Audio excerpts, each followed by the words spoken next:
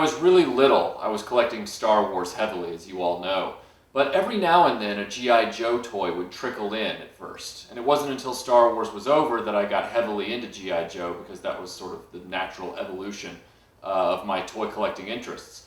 But my father wasn't very connected with what I was into, and so when he would go off on business trips, he would sometimes come back with a small toy. Sometimes it was Star Wars, like the tripod laser cannon, and sometimes it was G.I. Joe, like the snake armor. And on one occasion, he came back with the Cobra C.L.A.W, which is actually one of the coolest toys Hasbro ever made in the early G.I. Joe line. And it was great because it was a small price point vehicle that kids could, afford, and then it was, featured in the cartoon quite nicely as Cobra Commander's vehicle of choice. So it had relevance. It wasn't just some, pennies on the dollar piece of garbage. But unfortunately, my Cobra C.L.A.W, while I took very good care of it, somehow along the way, it broke. It has to do with, I think I either stepped on it or it got crushed under something in storage. But a few years ago, it might have been a year and a half ago, I opened a mystery box. I believe I opened it on camera on another video. And inside, one of the random parts and pieces was the lower half of the Cobra C.L.A.W. So I thought I'd fix it on camera here real quick for you to show you how to get a G.I. Joe vehicle which isn't held together with screws apart. And thankfully in this case, the Cobra C.L.A.W. is pressure fit together. It doesn't have any of those pesky little snap tabs. So let's get started. So this is my childhood Cobra C.L.A.W. And as you can see, I've broken off one side of the back. That happened when I was a kid. I think somehow I accidentally stepped on it. The other telltale sign is this fin right here is a little bent that way. And I've examined ways to try and fix that. I don't think there's a safe way to do that. So this is just going to become a characteristic of my childhood surviving claw. But we can fix this bottom piece. This entire section is one piece, and randomly in a box of parts, this showed up. It was about a year and a half ago, I think. And so I'm going to use this piece to repair my childhood Cobra C.L.A.W. First thing I want to do though is I want to clean this up a little bit. It's a little grungy, so I'm going to wash this piece real fast in the sink.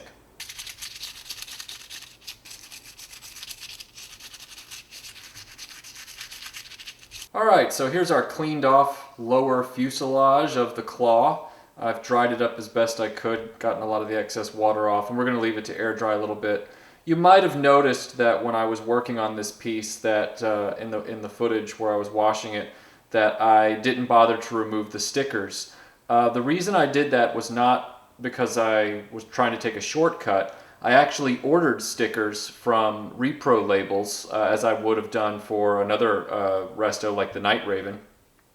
But I discovered, much to my surprise, that the sticker sheet for the claw, as offered on repro labels, all the stickers are too small. They're actually, like 25% smaller than the actual labels on my claw. And some people have said that Hasbro might have revised the stickers along the run of the claw, and that repro labels is probably just using a sticker sheet from a later claw run. But for example, the insignia, and I'll show you a picture of this, the insignia here on the repro label sticker sheet is far too small. So I tried to preserve the stickers on this lower fuselage because I didn't want to put inaccurate stickers on it. And thankfully, it looks like they've survived just fine because I gave it a very light washing. So that's good. But now we've got to get to the important part, and that's taking this item apart, this claw. We got to get this claw apart so that we can install this lower fuselage. Now the first thing that I've done is I've taken a flathead screwdriver and I've wrapped it in blue painter's tape. And the reason I've done that is because I'm going to need this as a pry bar to get this claw split in half, but I don't want to gouge the plastic edges with the metal, unforgiving, unyielding edge of this screwdriver. So the best way I can ensure a little bit of help with that is to wrap it in painter's tape.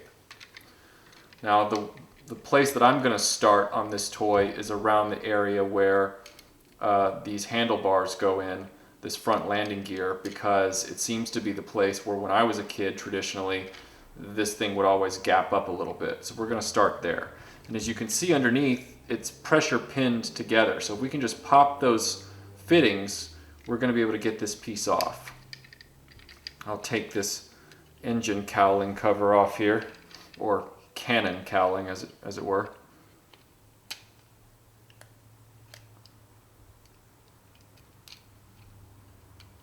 Trying to be real careful. Put the screwdriver in the seam and then you just kind of twist it back and forth until you feel it pop. And I can feel it starting to lift. Yeah, see, it's starting to pull away from the fuselage. So if I can get this piece out, good. So now this piece is free. So now I'll be free to really get in there and pop some of these joins. This one feels like it's done. So now I have to work my way around the edges, being careful not to destroy this thing in the process. I'm trying to find a good place to do that. I think I'll try above this rear engine since I have access. It doesn't seem to want to work. All right, let's try the back. Okay, here we go. Grabbing it by the tail fin and pulling a little bit gave me some access.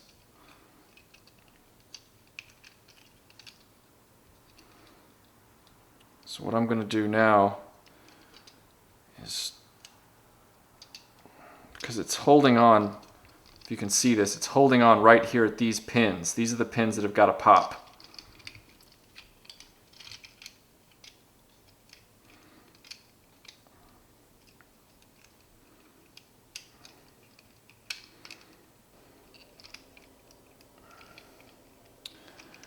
These pins are stubborn. This is the problem with G.I. Joe toys. They can fuse together, and when they do not want to come apart for anything.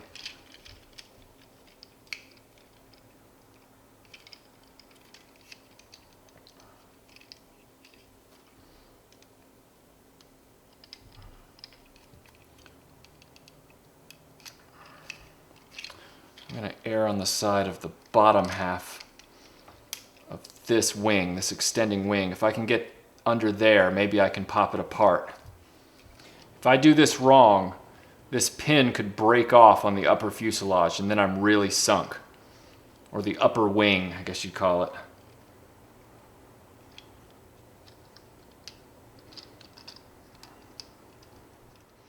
Ah, got it. Whew. Some gentle pressure and it finally popped free. Using my fingertips, as you saw, which is a lot better than using the screwdriver, just to keep gently working with it. All right, so this first flap comes off. I can remove this wing extension. I'm going to keep these on the right side of my towel so that I know that they go on the right if you're flying the thing.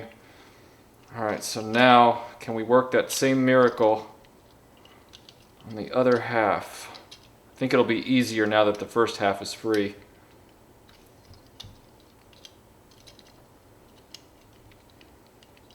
But I don't want to get too overconfident, because if I do, I could end up breaking the other side.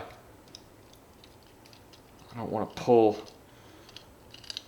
All right, this was the front stabilizer, I guess you'd call it, so I'm going to set that aside. If I can get this rear flap out, I might have a shot at getting closer to the pin. And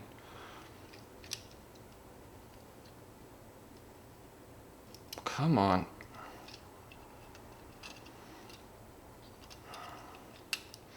God, I hate G.I. Joe vehicles. I love them when they're in good shape, but boy, I hate having to fix them.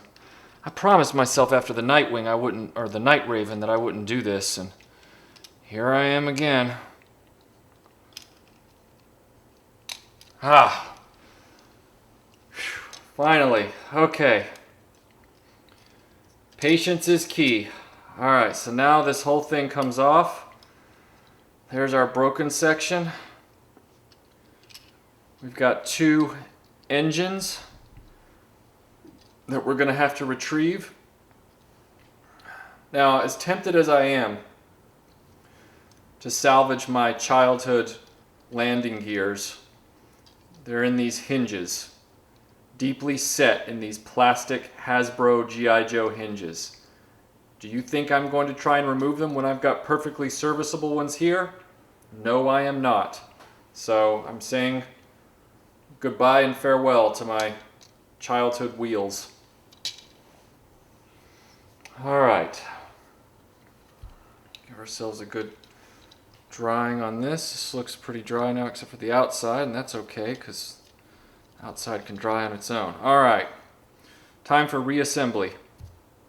First steps, putting in our rear engines. We're going to slip those right back into place.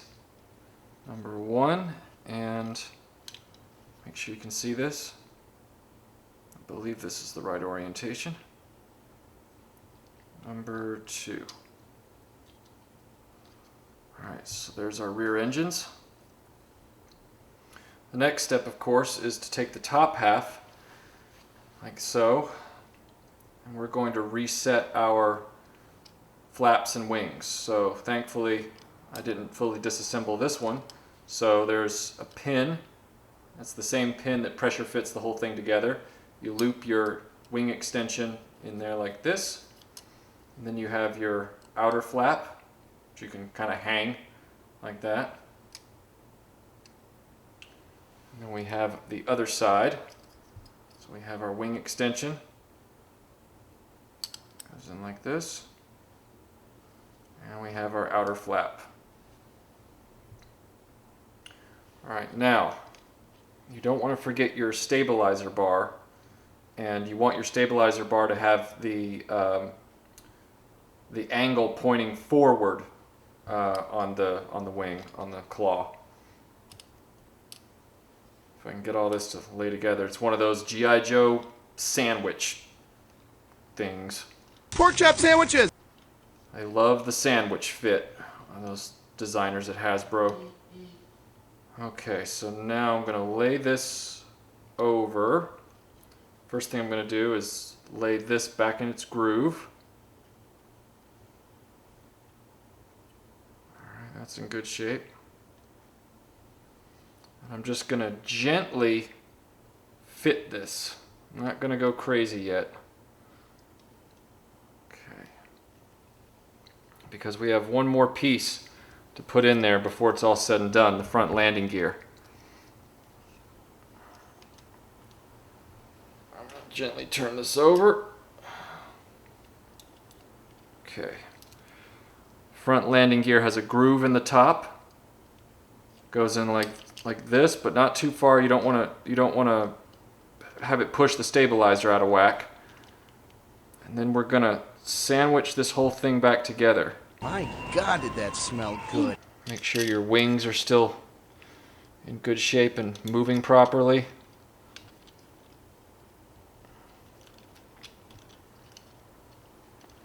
And just press around these pins to get everything lined up. You can hear it kind of popping. Yeah, that's the sound of Hasbro. That's for sure. Okay.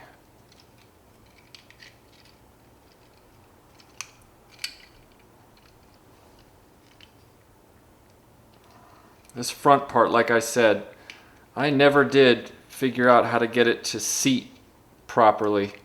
Even as a kid, I just kind of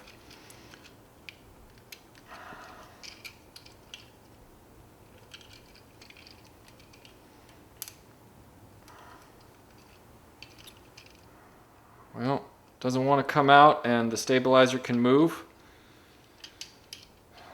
Let's pull these landing gear out. Alright, now for the fun part.